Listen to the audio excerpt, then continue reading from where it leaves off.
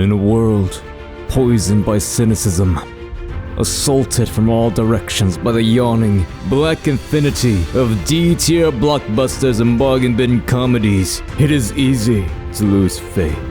Instead of kindling light, some have turned to cursing the darkness. They have lost the way. We have lost the way. But no longer. One man stands against them. One man dares to see the light in all things. One man against the darkness. This is an argument for The Cat in the Hat!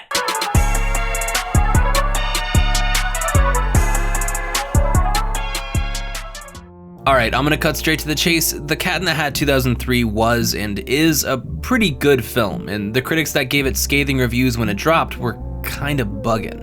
Either because they were too disconnected from the target audience, or too unwilling to give a Mike Myers-led Fever Dream skit compilation directed by the production designer of Edward Scissorhands a chance. Either way, the outcome was an income for Bo Welch, and the backlash caused him to never direct a feature again. But that doesn't mean it didn't play cool. Bottom line is, the movie works, so I'm gonna start by telling you what's cool about it and work backwards from there. Alright, first of all, it's important to know that I wasn't joking about the director, Bo Welch, being a production designer for Edward Scissorhands. As a matter of fact, he's actually a pretty well-credited designer who's done production design for films like Beetlejuice, Ghostbusters 2, Batman Returns, Men in Black, and more recently, Thor. Considering how extravagantly surreal Seuss was in his illustration and how simplistic he was in his narratives, you could hardly choose a better person to be behind the wheel of an adaptation of his work than someone with no conventional experience directing features, but a wealth of knowledge on how to build the worlds they take place in. And if that wasn't good enough of an elevator pitch for you, the guys who penned the script worked as producers and writers for Seinfeld and Curb Your Enthusiasm. Not only are we presented a world that blurs the lines between realities constantly, we're presented it by people who know their way around a joke.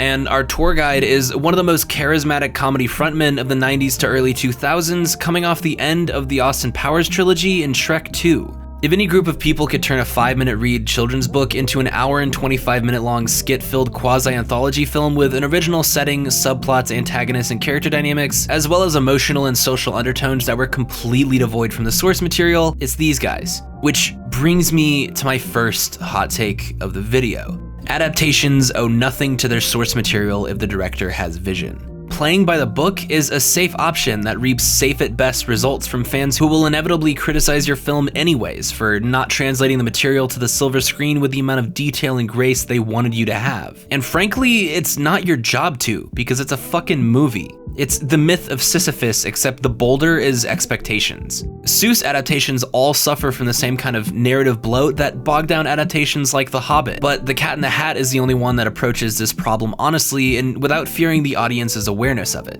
Rather than trying but ultimately failing to push the narrative forward without throwing the entire book out the window, Bo & Co. tore every page out besides the first and last and filled the middle with more comedy noises than Louis C.K. being stabbed to death. Speaking of honesty and respecting your audience's awareness, the biggest reason this film worked for me when I was a kid and stuck with me up until now is because the comedy never feels like there's a velvet rope barring us from a section titled grown-up jokes. One of the laziest and frankly most obnoxious gimmicks of filmmaking for younger audiences is the assumption that if you're under the age of 15, you have the mental and emotional depth of a puddle. Well, sometimes this might be a little true, it's the exception, not the rule. And making me suffer through a gauntlet of condescension like I don't know what taxes are because I'm fucking 10 does nothing but make me resent you as a writer. For instance, making a joke about Lawrence's hate for Conrad superseding his lust for Joan twice in the first 10 minutes of the film is something that isn't just funny, but something that kids can relate to in the way new authority figures in their lives, especially ones romantically involved with their parent, can feel a lot more like someone sent specifically to make their life hell than a benevolent presence. Before we even hit the 15-minute mark, one of our protagonists and his mom express a mutual desire to not have the other in their life. And this kid is like 11. That's what's great about it.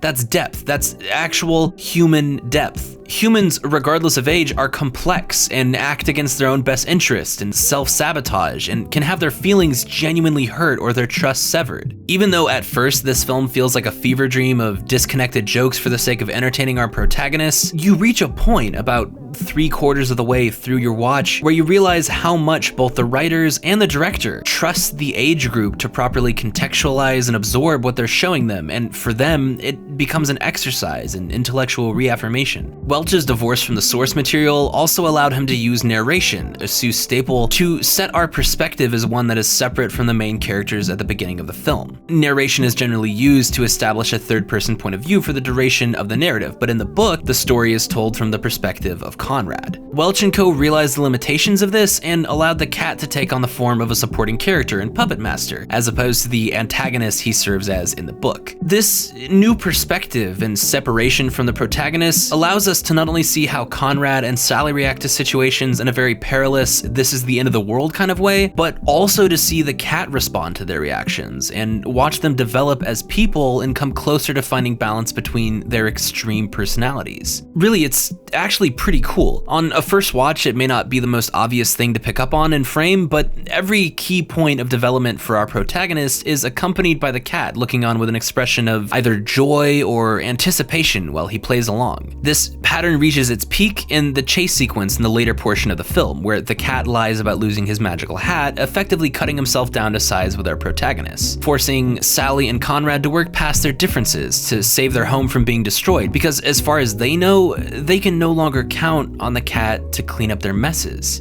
Speaking of this chase sequence, it bears pointing out that what in any other film would be the most abstract part of it, running into a door in the middle of a plaza only to find you've entered a disco party inside of another world, is actually one of the only times in the film that we're shown pieces from our reality, besides Conrad's Game Boy Advance and the Yeezy Wave Runners he's stepping out in. Boy, that hoe's clean! Boy, you stunning! Boy! Bo Welch's previous chops as a production designer allowed him to build such a distinct and abstract world that the viewer never feels like the abstract is out of place, because abstract is the best way to describe this place. Every outfit is either dominated by a very narrow range of colors or two near complementary colors, and the fashion norms of Anvil is what you would only compare to the late 40s in the US. That is, for everyone except Conrad and Lawrence. For seemingly no reason in particular, Conrad is bent in corners in orange corduroy carpenter shorts and a mock turtleneck, while Lawrence is dressed like Mikey Palmici from The Sopranos. The best way to describe this film, from structure to set to script to kicks, is consistently inconsistent.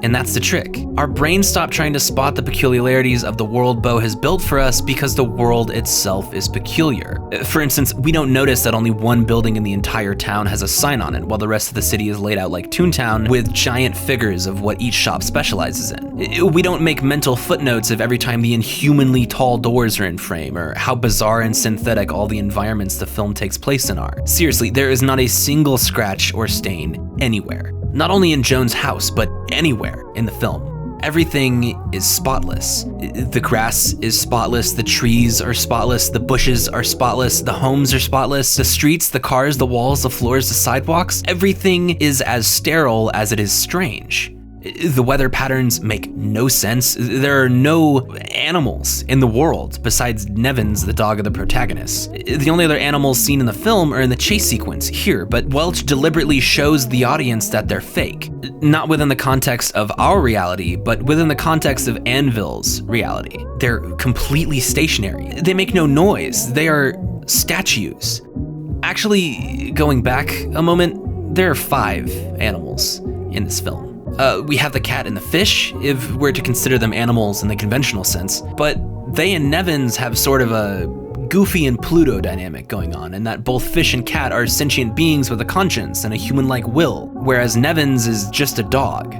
And then there's the bull and the elephant. Although they both only take about 15 seconds of screen time, I think these bits perfectly reflect the nature of this film.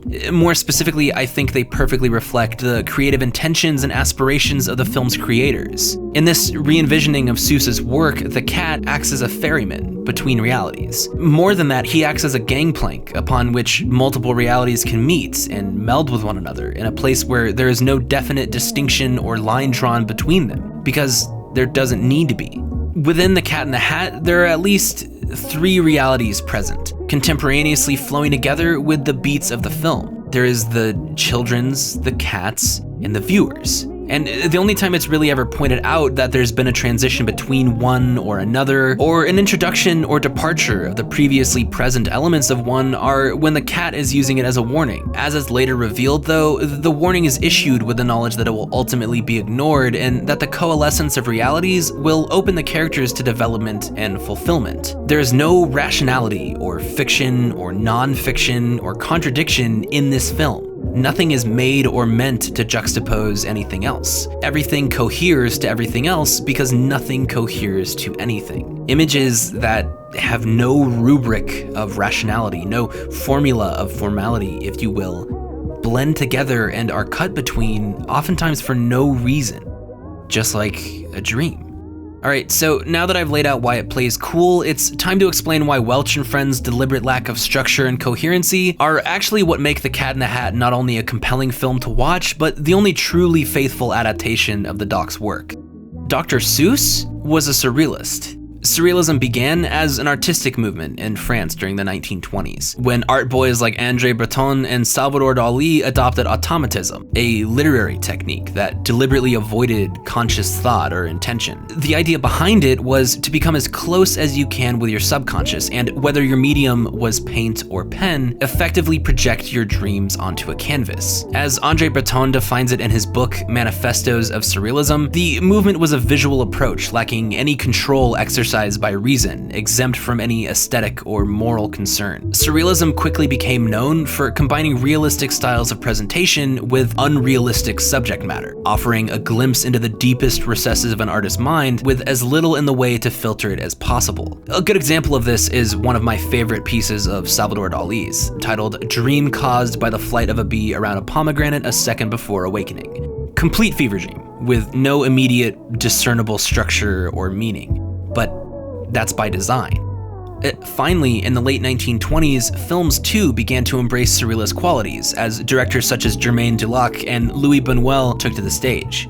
Instead of being limited only to metaphor and text, artists were now able to project even the most abstract and absurd combinations of images and present them as facts within their world. Surrealist cinema became what one could argue to be the perfect medium of expression for the values of surrealism. As short-lived as their prominence was, the surrealists were a pounding tidal wave against the bourgeois gatekeeping of sophisticated art, against structure, against authority, against style, and against the mockery of pop culture. Seuss, then a 20-something-year-old pursuing a degree in literature, was in the same place at the same time. He arrived in Paris in 1926. The same year, surrealist artists Joan Miro and Paul Klee would host their solo exhibition, and where Yves Tanguy would host his the following year.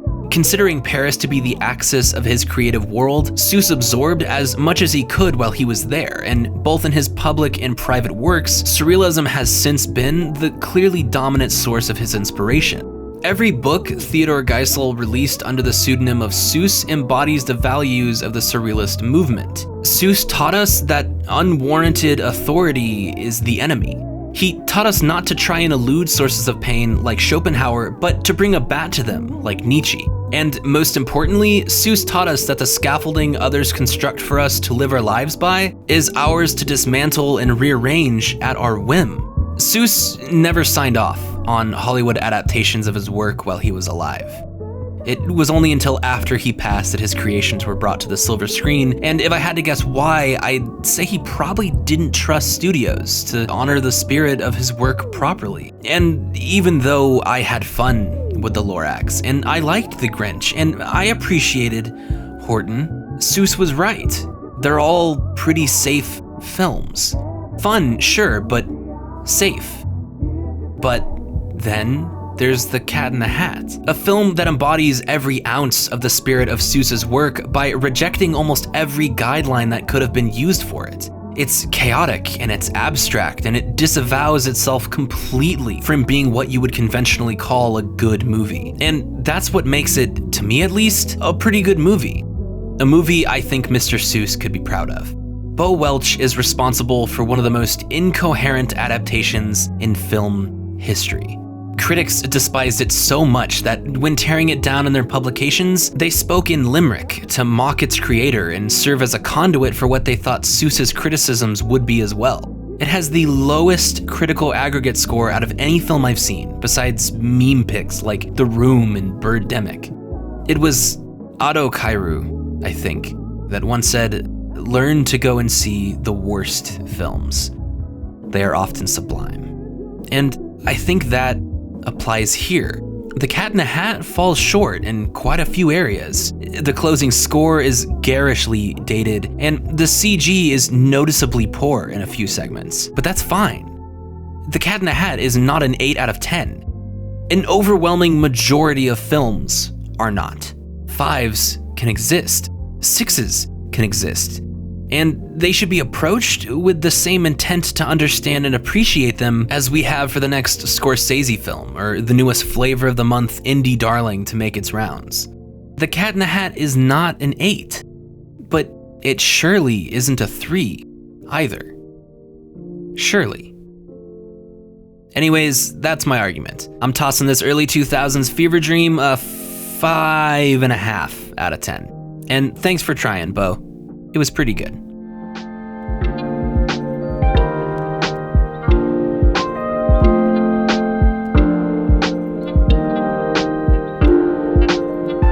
Hey, thanks for watching my video here. I appreciate it. Mwah. That's for you. Bullet points. Got another cool vid here. Click that if you like this. Subscribe, please. Let me know what you thought about what I thought down below. And Patreon. If you feel like helping support the channel and helping me make more slick vids like the one you just watched, consider becoming a patron. Every little bit helps me make this thing a full-time gig.